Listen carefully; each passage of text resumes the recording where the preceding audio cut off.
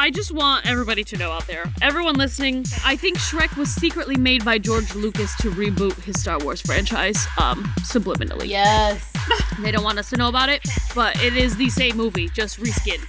Honestly, they didn't even make a new movie, they just took Star Wars and animated over top of it. And they're like, if we turn Han Solo into an ogre, no one will know. Hey everybody, welcome to Fess Up, where the Fess sisters help spice up your conversations with unique and thought-provoking questions. That's right, we're breaking the ice with a sledgehammer! My name is Amy, I am the oldest Fess. I am Marissa, I am the middlest Fess. And I'm Ina, and I am the youngest Fess.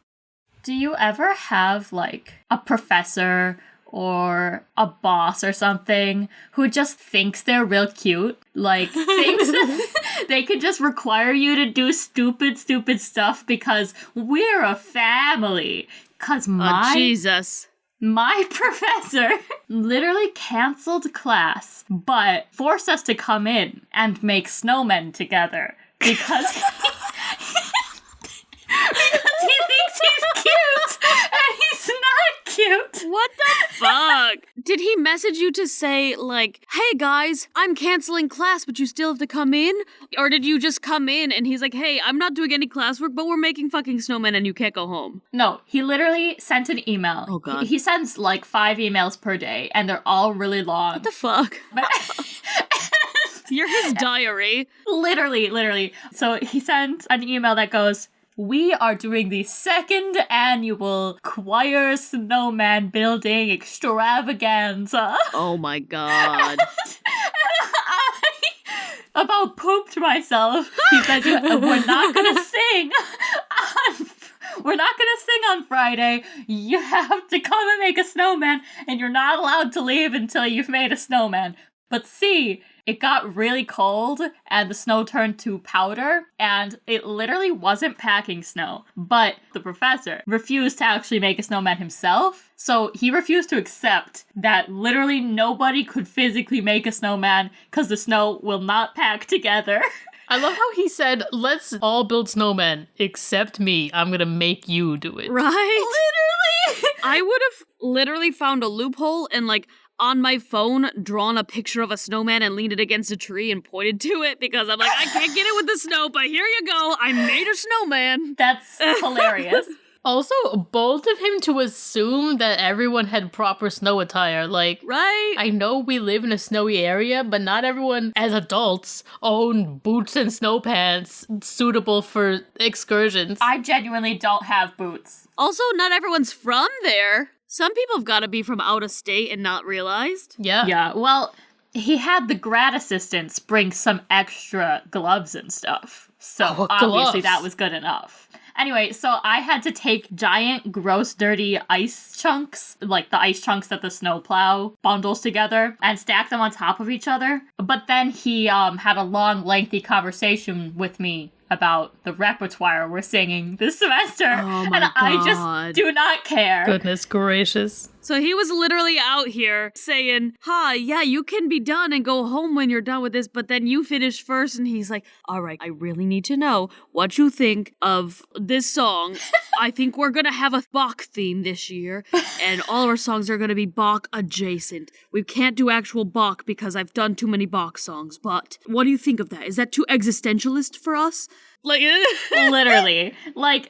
This man, okay, I really, I don't usually try to disparage people just on a podcast, but this man is so something that literally this other girl in choir that I talked to told me that she went to her dentist in a different city. What? And he asked her about college, and she told her dentist about choir, and he goes, do you have insert professor name here? And she goes, yeah. And her dentist goes, I've heard that guy's crazy. Oh my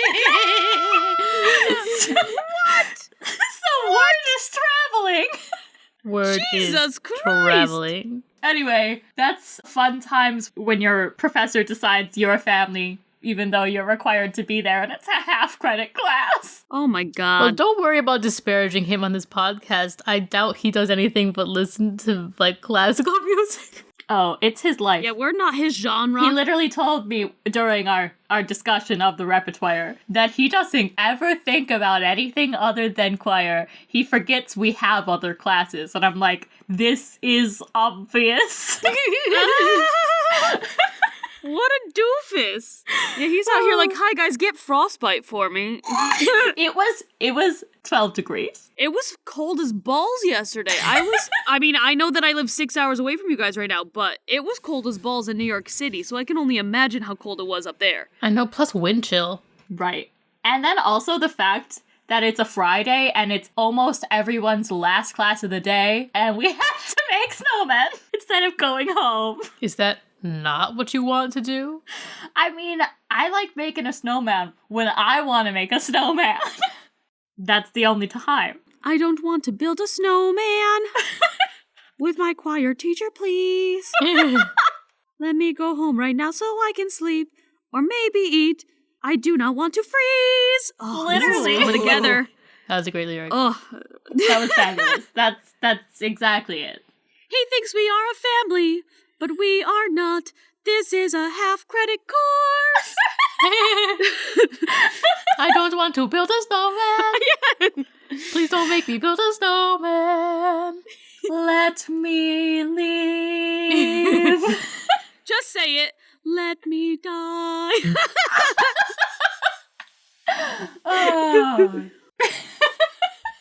Wow, that song literally wrote itself, and I think that he should add it to his repertoire. It's not classical enough. Oh, well, he did do a song from Frozen in the women's choir last semester. Did he? So. Was it the na na Yeah, na? it was that one. Yeah, of course it was. Why? Yeah, it was do for the people winter to do that holiday so- concert. That's so fucking stupid. I'm sorry. Well, he's also obsessed with the country Sweden. Literally, he has at least 3 pieces from Swedish composers every semester, and all he ever talks about is Sweden. And there was this Swedish choir group that commissioned a piece from us so that we would send them a recording of us singing to them, and they'd put it on their website. And apparently, this was a big deal. It sounds pretty big. I mean, I love Sweden a lot, so I can relate to this, but he's too much for me. He's really... I could spend a whole podcast talking about this man. I cannot. So let's go to our first question. Yes, question. Here is our first question. Why are stairs the first thing in any house's entrance? Are we supposed to come home and immediately go to our rooms? Yes, you are grounded. Literally. Oh my god. Like, the weird thing to me, and the reason why I even thought of this question in the first place, is like, there's a couple houses that you'll go into that don't have stairs immediately, and they have them like tucked away in their kitchen, and I'm like, that's so strange. And that had me thinking, wait, why is that strange? No one goes straight upstairs when they come inside. Why is that the opening of a home? Literally. Also, it just feels like it's more unsafe because if somebody breaks into your house, the first thing they can do is run upstairs and stab you. Such a good point. Like, Literally. Like, I feel like bedrooms are supposed to be private. It's an invitation up to your room. it's also bad because even if they have no interest in murdering you, they can come in, they're upstairs, so they won't hear me when I sneak downstairs and steal all their stuff because they've portioned themselves far away from where I'm going to their living room to take their PS5. Also, a lot of people, when they throw like a house party, right? Mhm. Especially like adult house parties, the rooms are off limits. Yeah. And yet the first thing you do when you come into a house is you look up the stairs. Yeah. The rooms are off limits except the parents will, like, especially in an adult house party, they will do a tour of the whole house so everyone can see and, like, force you to look in all of their children's rooms. Just so you know that they're clean. Yeah, it's like a power play to be like, oh, look, my children clean. Has this been dirty for 4 years straight? Yes, but today it's clean, so you think that I know how to parent my kids really well. Yeah, and then you have to go home and tell your kids, well, Aunt Cindy's children are always cleaning their house. I went right into Billy's room, and I could eat off that floor. Occasionally, too, if they're having a big gathering, you can put coats on the bed in the master bedroom as an overflow zone. That is an overflow zone, you're right. That's traditional. But that gets into some risky territory, you know? Because it's like the overflow zone is in there and eventually somebody's gonna wander into your room because they have to get something out of their purse or they're like ready to go home so they gotta go dig their coat out from everybody else's coats. And like, what if they just like get a little, I don't know, they're a little curious. They're like, oh, well, Cindy's downstairs. Let me just walk over here. And they're like, ooh, jewelry, Cindy. How big is your earring collection? And then they see Cindy's side table where everyone keeps their sex toys. And they're like, oh, I wonder what could be in this drawer. Because they're stupid, I guess, and don't realize everyone keeps their sex toys there. They open the drawer and they're like, oh, Cindy, my goodness. And it's either like my sex toy drawer and they're like, you are crazy! Or it's like the sex toy drawer I opened when I was a child, and I was like, that is pathetic! And bought that person sex toys later in life because I remember how pathetic their drawers. But either way, that's getting into some weird territory. People can get grabby hands with your jewelry. People can get all up in your personal business. People can lay on your bed and watch your TV that's mounted up there because everyone's got that now. I don't really know why. So that you never have to go downstairs again. But then we do. Like, this is the problem with the stairs. Why isn't everyone's house just one big bedroom? Studio apartments. If everyone put their kitchen upstairs, they would never go downstairs again. That's true. I wonder, now that you say that, is there any house out there that has a kitchen upstairs? Yes, I've seen them. I frequently look at Zillow for funsies. Oh, say. Is that not a normal hobby? I don't do it. And sometimes the kitchen is upstairs and it's always weird. But the weirdest is when just the dining room is upstairs. And I'm like, why would you do that? Then you have to walk upstairs with all of your food that you prepared in the kitchen. But this has happened frequently. This feels like they have a spare room, a bonus room, but they never really set it up right. So the realtor comes in and they're like, we're just going to make this the dining room. No one will know. Or no one will even think twice about it. We'll just stage it as the dining room because we have to sell this house, but you can't have a bonus room with nothing in it. I guess, but they're not a very good real estate agent then because you're supposed to have less stuff in your house so that people can envision their own stuff in it. No, I'm not saying that you add more stuff. I'm saying that instead of an empty room, you put a table in the room so that people are like, here is an object that shows you things in relation to other things, you know? I'm just imagining somebody buying that house and having a dining room upstairs and then, like, for Thanksgiving, having to transport a feast upstairs. Oh, God. Literally. It's so strange. And just, like, tripping on the stairs and dropping your dessert all down them. That would be so tragic. Like, you could not have any child's birthday party because imagine if you did not make that cake up the stairs. The horror that would cause. Devastating. Also, if those stairs were carpeted, anything falling on the carpeted stairs on the way up would be a bitch and a half to clean. And worst of all, the guests show up before you can clean it, and it's the first thing they see. What is the reason for... Can we come up with any reason for this? Like, is the person who designed the first house also a kleptomaniac? It's literally just a giant come hither. I think it's just to maximize your space because you have an entryway, so there's not that much that can happen in there, so you just put the stairs in there too, because where else are you going to put them? No, the reason is because stairs are impressive. You know, they're like, right. Look at how high my ceilings are. Look how many stories my house is. You have to bask in it. You know, actually, wait. That is a good point. Because I live in New York City, so I don't exactly have the same situation. But everyone knows that the higher up you are in the apartment building, the more impressive it is. Unless you live in a stairs-only building with no elevator, then it's not impressive. But once you're in, like, the fancy buildings with the doorman or whatever, all the rich people want to be as close to the penthouse as they can be. Maybe it's just our subconscious need as humans to be as tall as possible. I don't know why, but we all don't like being short. All women, like, have an innate desire to marry tall men if you're straight. And wear high heels. and wear high heels. And the reason we want to marry tall men is because we don't realize this, but it's our internal need to create a child that has tall genes in it, so it could be tall. And we want to climb the social ladder. Climb the social ladder. We want to climb the stairs and go right into our bedrooms when we get home. It's like how cats like to be on the highest point in the home. Apparently humans also want to just be high. And that's why we take drugs.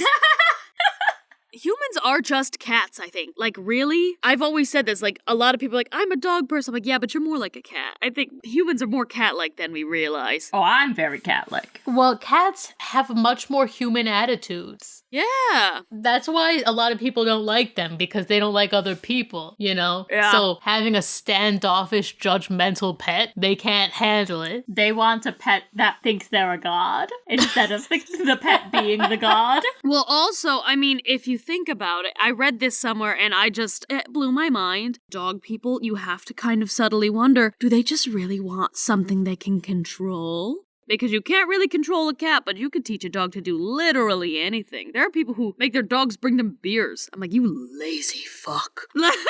I mean, dogs will worship you. Mm-hmm. Cats usually won't. I get annoyed by dogs. I'm gonna be real. Dogs coming up to me, like, forcing me to pay attention to them 24/7. I get annoyed. It is too clingy. I can't do it. Dogs literally show up and they're like, you look delicious, and then try licking you everywhere. Yeah, right? I'm like, hi, I don't want to French you. Please get your tongue away from my mouth. What? And then their owner's like, oh my god, they're so cute. And I'm like, I have makeup on and it's off now. It's in your dog's digestive system. I hope it's safe. Yep. How about a bit? A bit. This bit is called Strange Connections. Ooh. So I saw this meme, and they didn't have a credit, but it gave the greatest strange connection ever. So we're gonna do this one. Are you ready? Mm-hmm. Yes. Han Solo and Shrek. What? This is perfect. I don't see how. Well, they both have animal sidekicks. They do. They both have talking animal sidekicks. Yes. That are brown. They are both brown. You could argue Donkey's more gray. Well, yeah. No, you're right. But they're both comic relief. Yes. To be real, I think that Han is the comic relief, but That's a strong stance. you're right. They both have one-syllable names. Han, Shrek. Yeah. They both fall in love with a princess. Ah, yes, a princess who does her hair fun. Oh, yeah. A princess who reluctantly falls in love with them. Yes. A princess who can beat people up. Ooh, yes. A badass princess. They're both much taller than her also. They are both sexy as fuck. The princesses or Han and Shrek? Both. All four of the above. They both wear a vest. Yes, and a white shirt underneath. Oh my god, they have the same outfit. Oh, wow. They do. This is going deeper than I thought. They both smell like shit. Probably, yeah. They do, especially after Han goes in the fucking trash compactor. You know Han doesn't shower like that. Wait a minute, they both go into terrifying places and get chased by enemies trying to kill them. Yes. They both reluctantly are forced to go on a heroic mission. They are forced to go on a heroic mission, yes. They both live in hunks of junk. Yeah. Fair, yeah. But hunks of junk everyone wants to be in, though. Yes! Literally. if you say you don't want to live in Shrek's swamp, you're wrong. They're all living there. Everyone's trying to get in that Millennium Falcon. Honestly, both of their things that they use to fly are well known. Yeah. Like, the Millennium Falcon has a very long history, and everyone knows the dragon that Donkey fucked. This is a question for another day, but did she feel it? She had to have liked it enough. The question is, did Chewbacca fuck the Millennium Falcon? Chewie does go inside of the Millennium Falcon, but that's not quite the same. Chewie and Donkey are both so small that they could fit their whole body inside. Inside the Oh my flying machine? god, why would you say that? I bet Han would just straight up eat an onion like an apple. He seems like he would do that. He seems like he had no choice at many points in his life.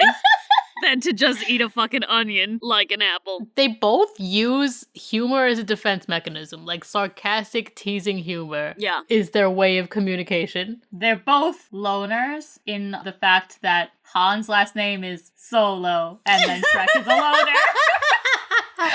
And Shrek has no last name. Yeah. Well, I didn't see the Han Solo movie, but I did hear that he, didn't have a last name, and the reason he's called Han Solo is because someone asked him what his full name is, and he's like, I go solo. So actually, neither of them have last names. You're right. That's it. They both live in universes where they're surrounded by different creatures. True. Fair. I feel like they both enjoy getting drunk. Yeah. Definitely. And I feel like they both fart a lot. Probably. Probably. Han gets frozen in carbonite. Shrek gets covered in mud. That's not the same. It's not even remotely similar. I mean, okay, you could say they both went through a period of time where they were something else. In Han's case, he was a slab of carbonite. And in Shrek's case, he was a very handsome human man. Hey, wait though. Wait. The pose that Han makes in the carbonite is the same pose Shrek uses to roar at people. That's true! Oh, that is not wrong. That's fucking hilarious. Oh, God. Wait, why are they the same guy? I'm telling George Lucas inspired Shrek. I can't get over they wear the same outfit. This is fucking hilarious to me. They really do. This is the meme where they're like, what are the differences between these pictures? And the person's like, it's the same picture. What else is there?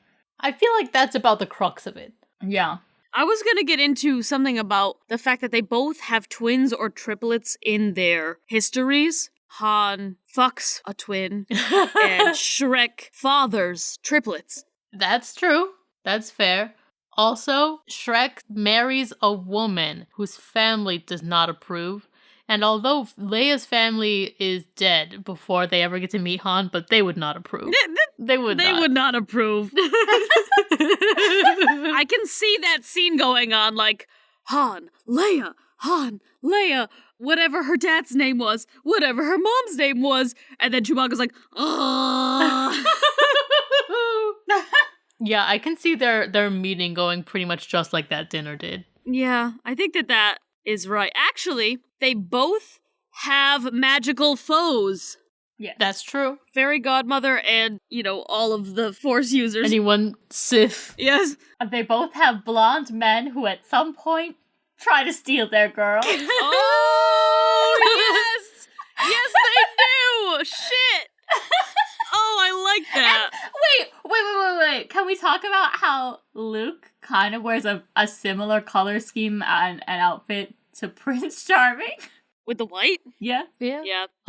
But they both have deep insecurity under their large bravado. Like, Han was really worried that Leia was going to be with Luke instead. As he fucking should be. Shrek was so worried about Fiona picking someone else that he turned himself into a human, which was a big mistake, but also super sexy. Right. He also did get really upset when he overheard her in that first movie talking about how ogres are gross and disgusting. And he's like, shit, she's talking about me, sad face. When in reality, she was talking about herself, who is an ogre. And that's kind of like the moment when Han was talking to Leia about Luke, and he was like, you love him, don't you? And she's like, yeah, I love him so much. And he's like, fucking be with him then. And he throws a fit, and she's like, bitch, he my brother, though. Like, he is my literal brother. I love how she says it as if he should know. Wait a minute. Fiona is like, I am an ogre. And Leia is like, I am a Skywalker. Their secrets are the same. Also, Fiona and Leia are both more badass than their counterparts. Yes. Mm-hmm. Yeah. Mm-hmm. Ugh, there is just so much here. I think they both murder men. Who does Shrek kill? You know how many people I think Shrek killed in that arena scene alone? He also kind of indirectly, but also kind of directly killed Farquaad. Yeah, I guess you're right. Also, as an ogre, he probably ate people. He does But have he had jars full of eyeballs eyeballs in his, like as an olive on his martini. All right, like, all right. They never specified what kind of eyeballs, but they were probably people. They looked pretty human. he absolutely would kill a Yep, man. There it is. There Yeah. it is. Yeah, he would kill a man. Yeah, so I just want everybody to know out there, everyone listening, I think Shrek was secretly made by George Lucas to reboot his Star Wars franchise, subliminally. Yes. They don't want us to know about it, but it is the same movie, just reskinned. They just, honestly, they didn't even make a new movie, they just took Star Wars and animated over top of it. And they're like, if we turn Han Solo into an ogre, no one will know. And they're like, but what about Fiona? She looks so much like Princess Leia and she's so badass. They're like, no one's gonna know because there's literally a sexy ogre right next to her. And they're like, okay. I mean, they both have mega iconic braids at one point. Yeah. It's so clear to me now. I know, I can't believe we've been blind for all this time. The world has been blind to it. But we've uncovered the truth. It's time to speak out. The strangest connection is that the Venn diagram between these two movies is a circle. Complete overlap. Well, guys, this is where our ads would go if we had any. And we don't. So this question requires, like, a slight backstory. I saw this image. Again, there was no credit on it, but it was like a text chain, a message chain between two friends. Friend one says, "What are your adjectives?" And the other friend says, "You mean my pronouns?" And friend one says, "No, I already know your pronouns. What are your adjectives?" It's in all caps. That's why I'm saying it like that. And friend two says, "IDK, what are yours?" And friend one says, "Noisy and chaotic." And it made me laugh very hard. And so with that text chain in mind, what are your two adjectives? I know mine right off the rip. All right, go ahead. Mine are horny and effervescent. Effervescent. Okay, Twilight. What? Is that a Twilight thing? There's a bunch of memes about how Edward says the word effervescent a lot. Does he really? I do not remember this, but I mean, it's been a minute. I don't know if it's a real thing, but there's memes about it. I googled it, and the first Google result is 5 effervescent Twilight memes. Exactly. Jesus fucking Christ. For everyone who's unaware, effervescent means 1, of a liquid giving off bubbles, fizzy, or 2, vivacious and enthusiastic. And both describe me. I do give off bubbles. Okay, farts, Mickey. I really never thought that I would be asked a question like this, and I think it's hard to reduce a person to 2 adjectives. We do it with characters all the time. I'm trying to be serious, but my mind was just like bold and brash. More like belongs in the trash. My adjectives could be creative Yes? and goofy. Creative and goofy. That seems right. I feel like these are at least what I strive to be. Whimsical and benevolent. Benevolent. You and Amy are on a transcendent plane of thesaurus words. Meanwhile, I'm out here like, goofy. Please tell me the definition of benevolent, because I thought that it had something to do with, like, philanthropy, too. It's well-meaning and kindly, Oh, okay. serving a charitable rather than a profit-making purpose. Yeah, that's the, like, philanthropy part that I was thinking about. And whimsical is playfully quaint or fanciful, especially in an appealing and amusing way. Hey. Well, heck yeah. Guess what, guys? Wow. What? It's time for... What two are you? What two, what we do in the shadows, characters are you? Yes. I also love the movie, but we will be doing What We Do in the Shadows TV show characters for this one. Because Ina and I haven't seen the movie yet. Mm-hmm. I immediately have one to start with, okay? Yeah? Ina is my favorite character, Guillermo. Yes. Guillermo. Guillermo is ridiculously nice, puts everybody before himself, to his detriment sometimes, and he has a goal in mind, and he is very patient to wait to get what he wants. Also, I think if Ina ever were to kill somebody, it would be on accident. And that is Guillermo's whole thing, is that he's accidentally a vampire killer. Yes. Like 1,000 times over until he finally embraces that shit. Yes. I feel like I would never be a killer, but if I were going to be a killer, I would be really good at it. I feel that's true. That's fair. He's got glasses, he's a cutie pie, he's more on the timid side when it comes to, when compared with all of the other characters on the show. He is probably one of the most timid, but he's very kind, and he does on occasion get fed up and storm out or throw a little hissy fit or whatever, but he always comes back. Yeah. Yeah. It's all very Ina to me. Like, I was watching that show, and Guillermo is my husband. I love him. He is my favorite character. But I also knew from the first second he was on screen, I was like, this is Ina. This is most Ina character to character, I think. All right. I think that Amy is Nadia. Nadia! I think Amy is Nadia because of a lot of reasons. She's just kind of like a boss. She does what she wants, but she also is romantic. And still loves sex and orgies. Loves sex and is not ashamed of that at all. Like, there's so many times in the show where she just like spreads her legs and points at her vag and she's like, remember me? Like, that's like one of her like trademarks. Yes, that is very me.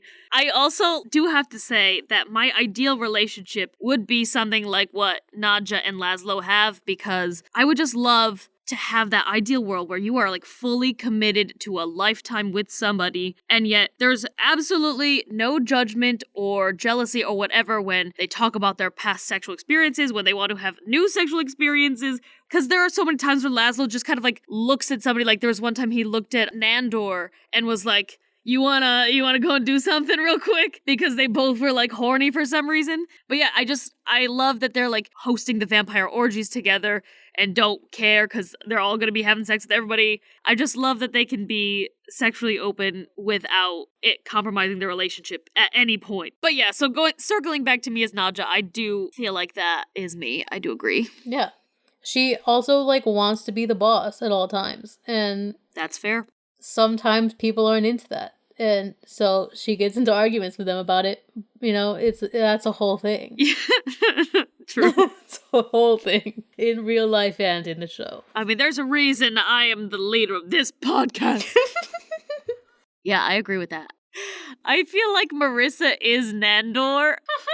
I love Nandor. He's my favorite. I know. So Nandor was known as Nandor the Relentless because he was so feared in battle he would go in and take over every country he went to just for the fucking hell of it. And honestly, because he just liked to fight. And Marissa, in her soul, is a little feisty vampire who would totally go and annihilate all of her enemies had she a sword to do it with. Marissa would be a conqueror, for sure. Absolutely. If Marissa was a dictator. And also, he has like a very deep connection with his horse. And Marissa definitely loves animals so deeply. And he's very funny, but he also is very stubborn. When he sets his mind to doing something, he is going to be doing it, even if it means ripping out his fangs every night.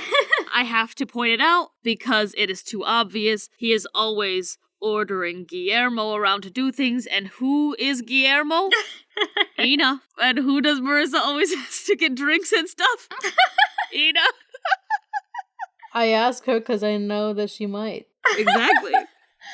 I also just feel like Marissa would just decide to go into, like, the endless sleep thing. I would be so overdramatic about it.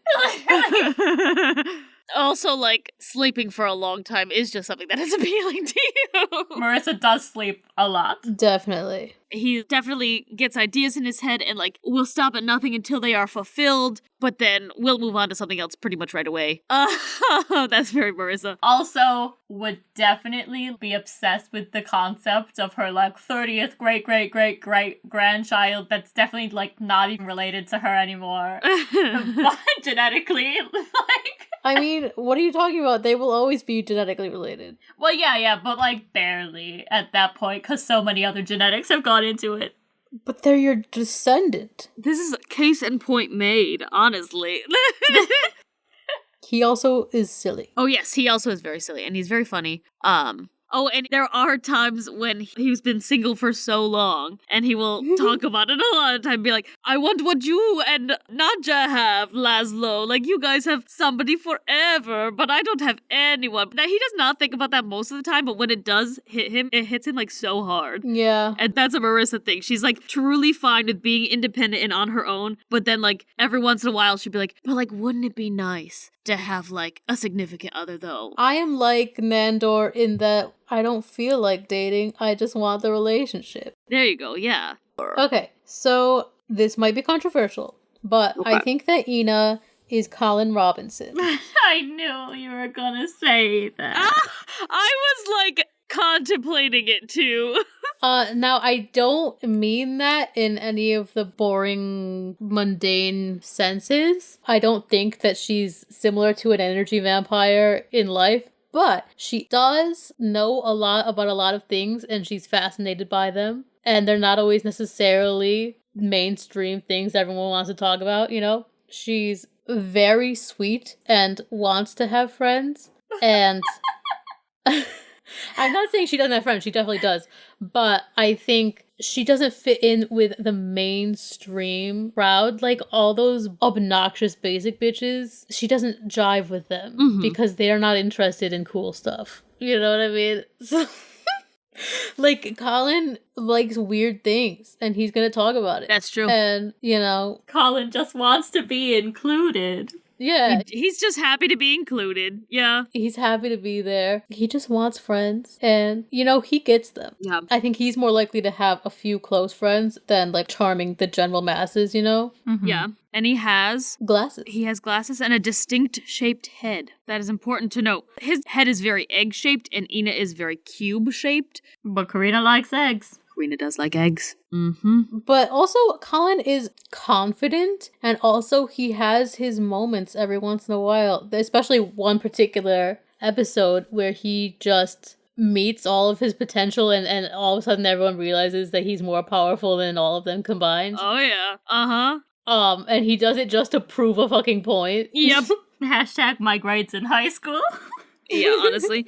He's very intelligent. Also, he falls in love with a siren, not based on her magical spells, but like just like her, even though she's physically repulsive. He just literally doesn't mind because that's not what he cares about.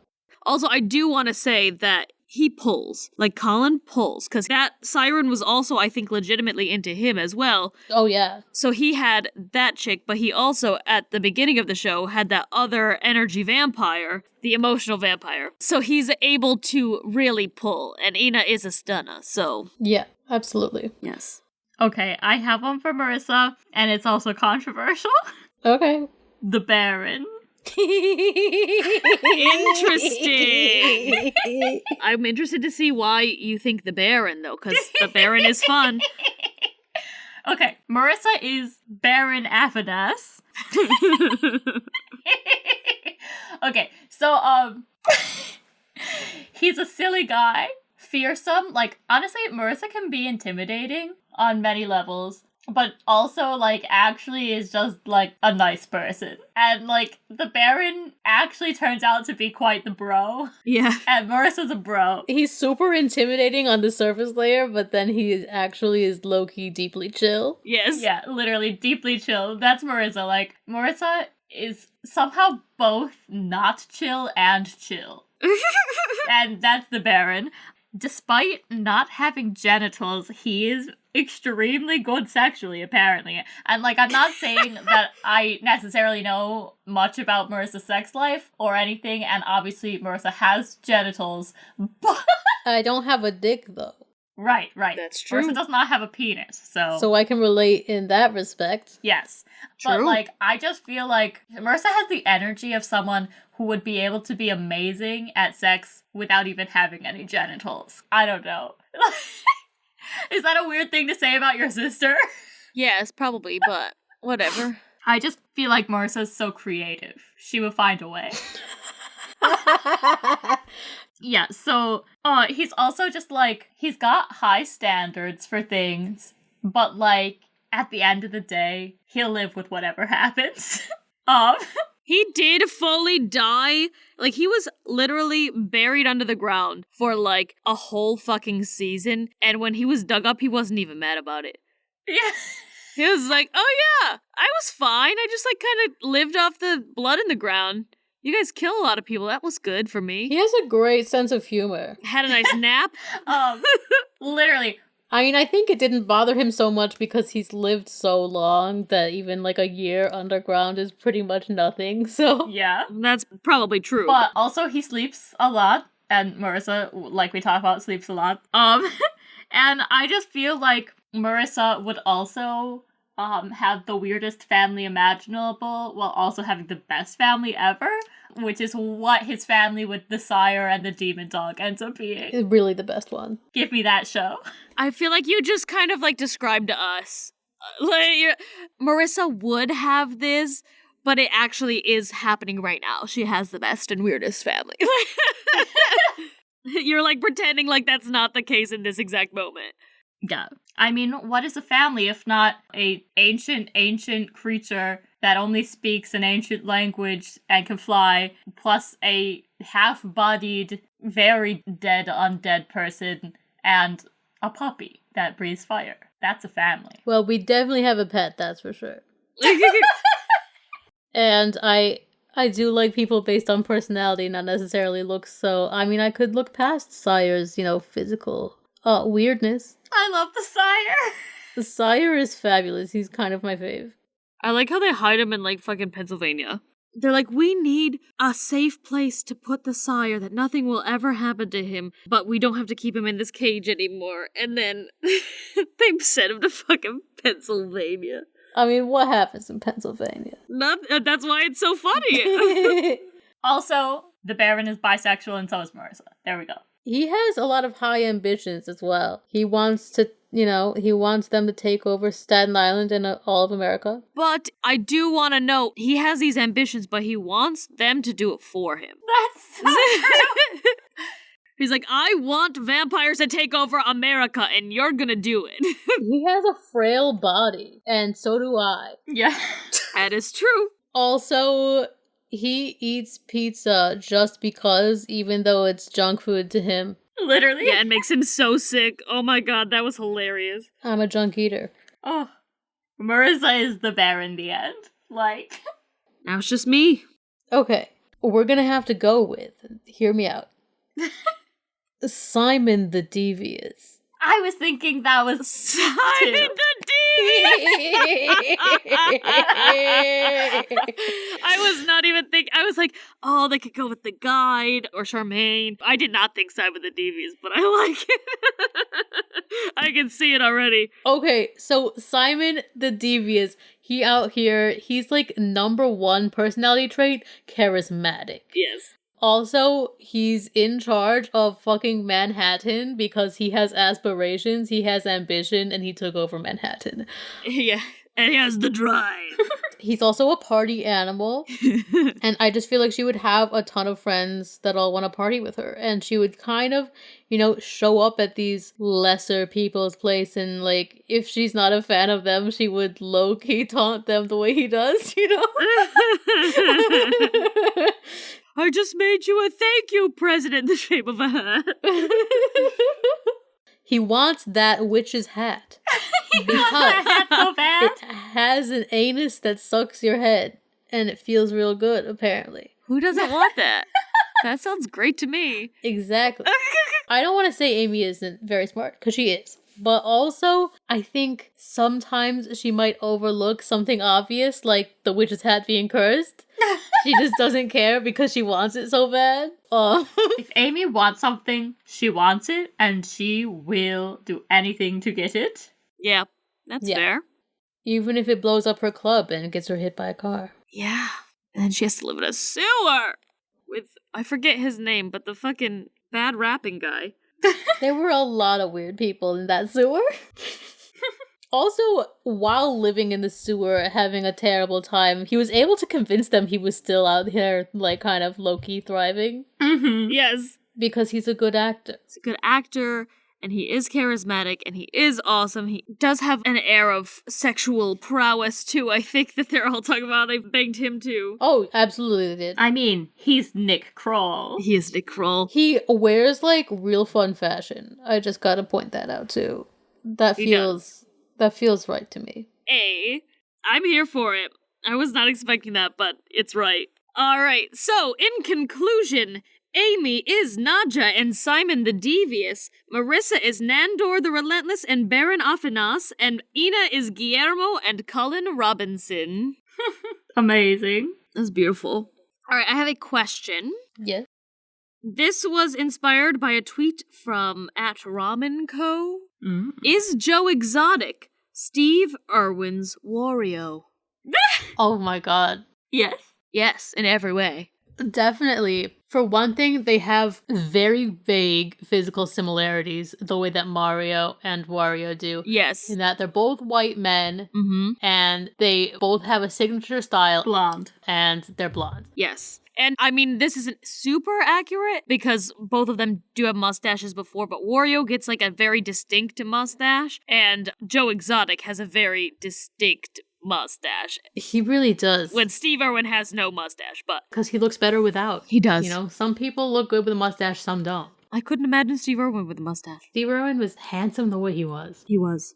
They also are very into animals, but one is into animals in a great way, and one is into animals in an evil way. Literally. A very exploitative. Just a selfish way, I suppose. Yeah. Steve Irwin is so wholesome, and then Joe Exotic is like the least wholesome human ever. So.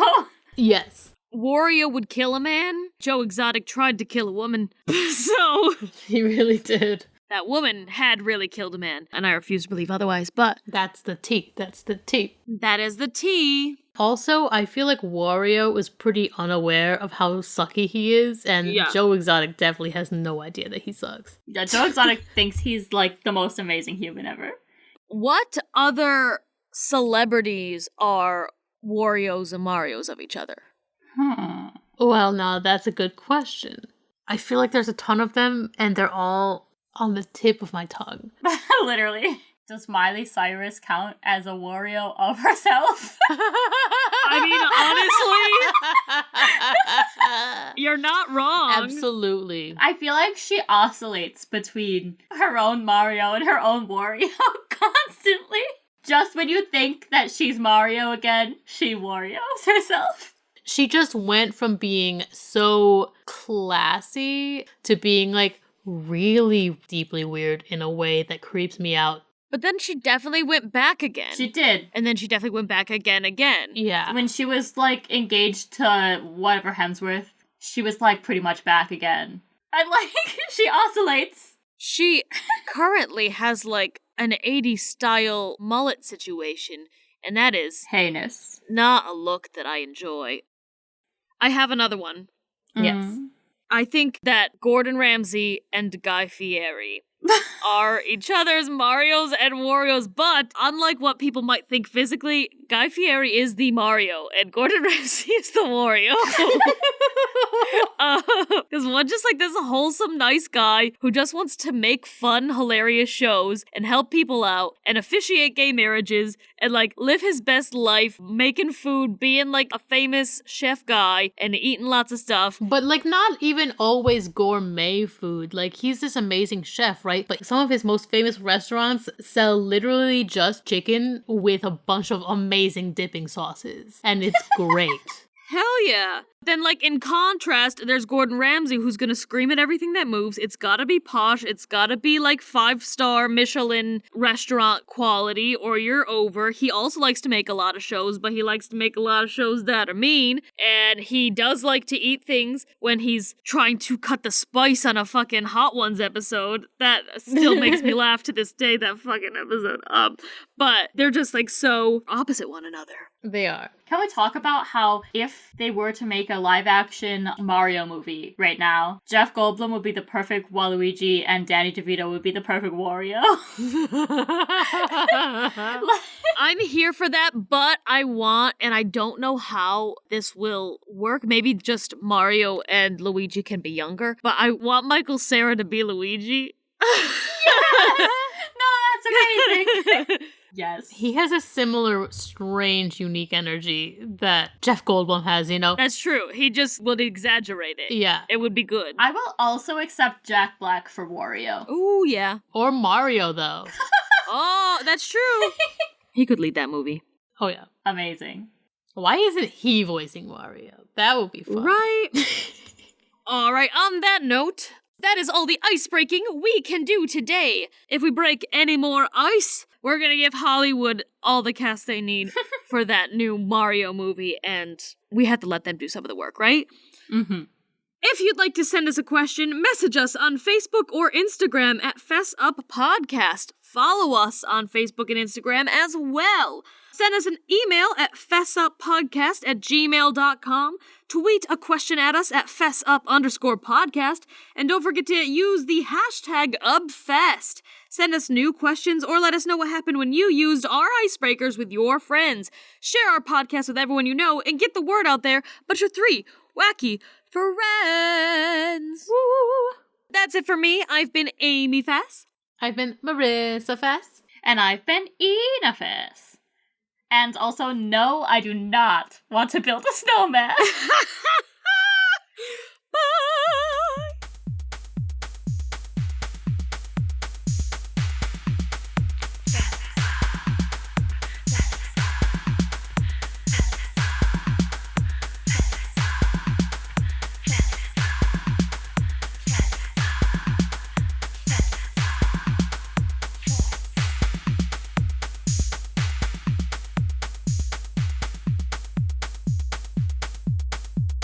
I don't want to build a snowman. With my choir teacher, please. Let me go home right now so I can sleep. Or maybe eat. I do not want to freeze. He thinks we are a family, but we are not. This is a half-credit course. I don't want to build a snowman. Please don't make me build a snowman. Let me leave.